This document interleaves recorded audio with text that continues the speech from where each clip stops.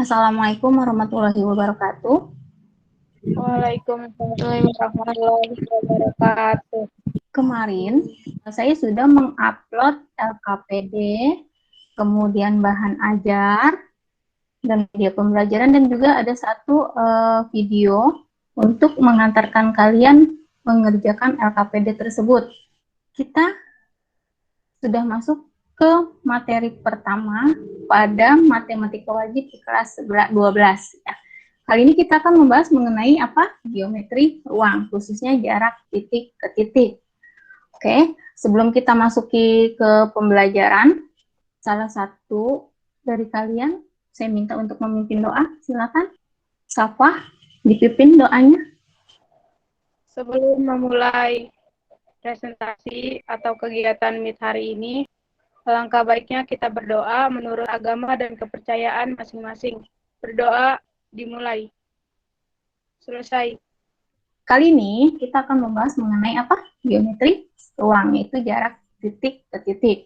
Nah, sebelum kita memulai pembelajaran, kalian tolong isikan daftar hadir yang ada pada kolom chat. Oke, udah ada 6 orang. Yang lainnya ditunggu. Tujuan dari kegiatan pembelajaran kali ini, itu nanti diharapkan kalian dapat menjelaskan konsep jarak titik ke titik dalam ruang. Kemudian yang kedua, kalian nanti juga dapat menentukan jarak titik ke titik dalam ruang. Dan yang ketiga, kalian nanti diharapkan dapat menyelesaikan masalah konseptual yang berkaitan dengan jarak titik ke titik dalam ruang. Menyimak video. Kata geometri tentunya sudah tidak asing lagi bagi kalian. Nah, apa yang kalian bayangkan tentang geometri? Sebuah titik kah? Garis? Atau bahkan kalian tidak memiliki gambaran sama sekali? Di antaranya yaitu geometri datar. Dalam geometri ini akan mempelajari tentang garis, kurva, sudut, dan poligon dalam bidang.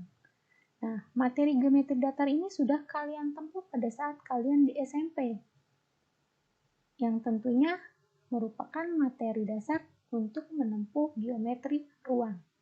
Geometri merupakan salah satu sistem dalam matematika yang diawali dengan sebuah konsep pangkal, yakni titik. Dalam geometri, titik adalah konsep abstrak yang tidak berwujud. Untuk menggambarkan sebuah titik, diperlukan sebuah simbol berupa nokta. Ini nokta, simbol dari titik. Kemudian ini ada huruf kapital, yaitu huruf A. Ini adalah nama dari titik tersebut. Bagaimana caranya agar kita bersepeda dari titik A ini ke titik B ini dalam waktu yang singkat? Mengapa waktu tempuh yang dibutuhkan oleh pesawat terbang jauh lebih sedikit dibandingkan dengan mobil jika keduanya berangkat dari Yogyakarta menuju Jakarta? Dari titik-titik tersebut, kalau dihubungkan, akan membentuk sebuah garis. Nah, jika garis-garis ini juga kita hubungkan, akan membentuk sebuah bidang atau segi banyak. Bidang-bidang tadi ini kalau kita konstruksikan akan menjadi sebuah bangun ruang. Misalnya seperti ini.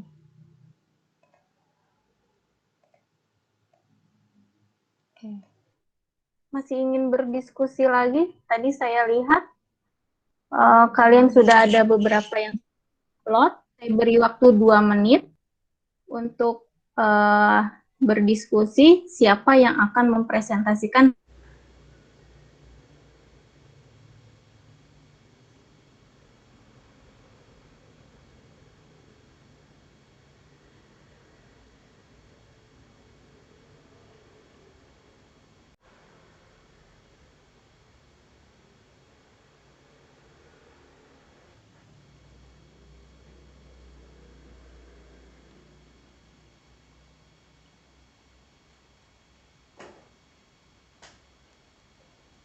Untuk kelompok 3, silakan dipresentasikan untuk permasalahan yang pertama. Berdasarkan ilustrasi 1, pertanyaan nomor 1 yaitu tentukan dua titik sebarang pada bidang A. Misalkan titik-titik tersebut adalah titik A dan titik B. Nah, ini adalah titik A dan ini titik B. Nomor 2, ada berapa banyak garis lurus yang dapat dibuat untuk menghubungkan kedua titik tersebut? Ada 1. Mengapa?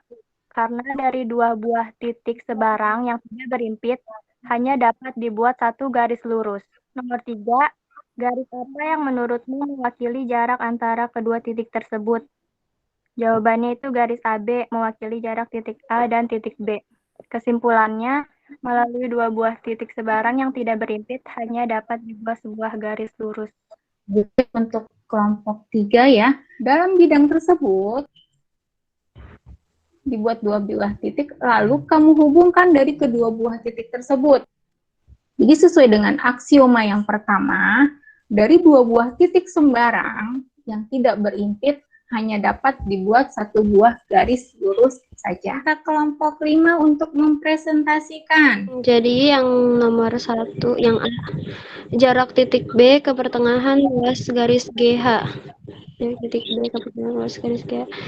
Terus ruas antara di pertengahan ruas garis GH dimisalkan jadi 0, terus ditarik dari B jadi O, terus ditarik garis dari B ke O, jadinya kita cari dulu berarti BC pakai Pitagoras, jadinya BC kuadrat ditambah BP kuadrat. Jadinya BC-nya kan 8 dikuadratin jadi 64, terus BP-nya itu kan 4, terus jadinya dikuadratin 16. Jadinya terus diakarin hasilnya 4 akar 5. Terus BO-nya jadinya OP kuadrat ditambah BP kuadrat. Terus jadinya OP itu 8 dikuadratin jadi 64, terus BP kuadrat jadi 16 dikali 5. Iya, 16 kali 5 jadi 80, terus hasilnya jadi 144 diakarin jadi 12 cm. Terus buat yang B, nyari jarak titik A ke K dengan titik K adalah jarak titik tengah EC. Di EC kita tarik garis lurus yang warna ungu ini. Terus sebelum nyari A ke K, kita nyari dulu KP-nya. Jadi nyari KP pakai Pitagoras, ditarik CK sebagai sisi miring, dikuadratin, dikurang CP kuadrat, terus CK-nya kan 4 akar 3, 8 akar 3 dibagi 2, terus 4 akar 3 dikuadratin, dikurang, ini CP-nya 4 akar 2 dikuadratin, hasilnya jadi 48 kurang 32 sama dengan 16, 16 diakarin jadi 4, terus K-nya pakai Pitagoras juga. AK sebagai sisi miring berarti yang dicari ini sisi samping sama alasnya. Jadinya KP kuadrat ditambah AP kuadrat.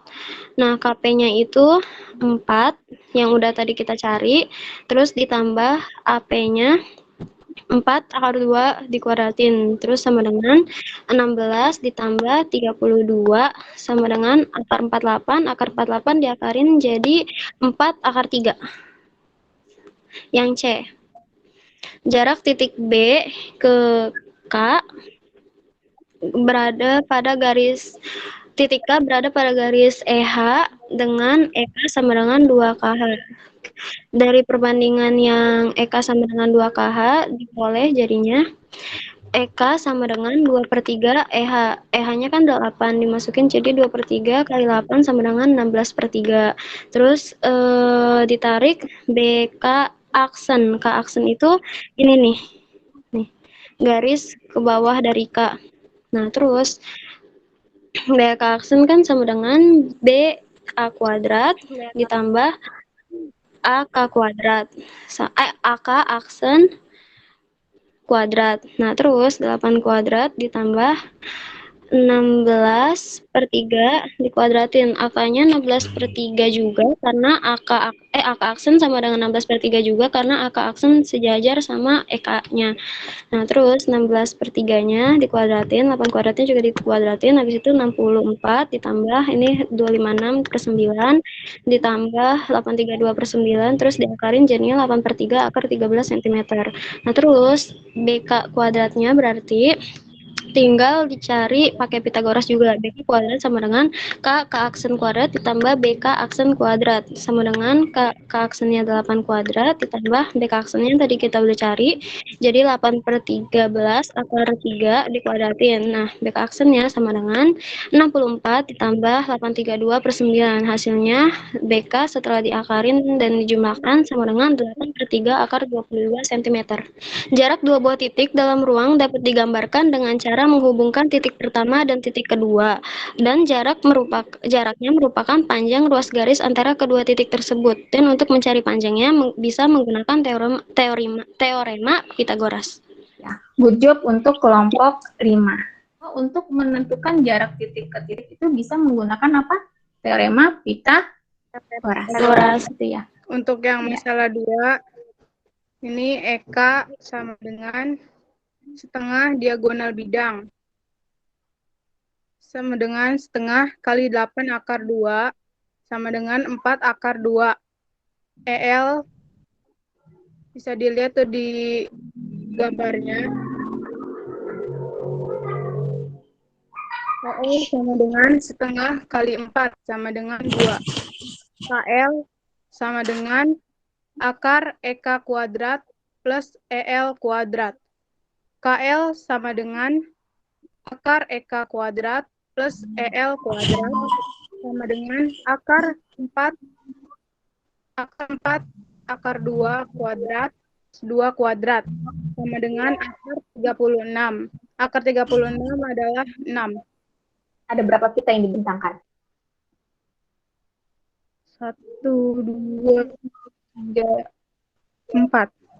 Jadi keseluruhan membutuhkan berapa meter? 24 meter. 20. Oke, betul. 24 meter. Tadi Suci menyimpulkan apa? Bisa diulangi kembali dari hasil diskusinya? Melalui dua buah titik, sebarang yang tidak berimpit hanya dapat dibuat sebuah garis lurus. Kesimpulan yang kedua tadi Nurul bagaimana? Jarak dua titik dalam ruang dapat digambarkan dengan cara menghubungkan titik pertama dan titik kedua, dan jaraknya merupakan panjang ruas garis antara kedua titik tersebut, dan untuk mencari panjangnya menggunakan teorema Pitagoras. Safwa, apa yang kamu dapat simpulkan tadi dari kegiatan yang kedua, masalah yang kedua?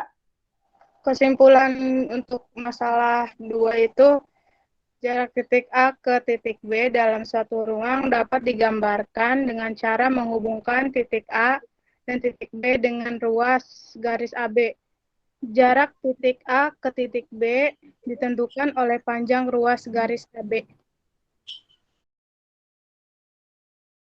Dan sebagai refleksi untuk kegiatan hari ini, saya minta nanti saya share-nya di ini aja ya, di grup kelas kita aja.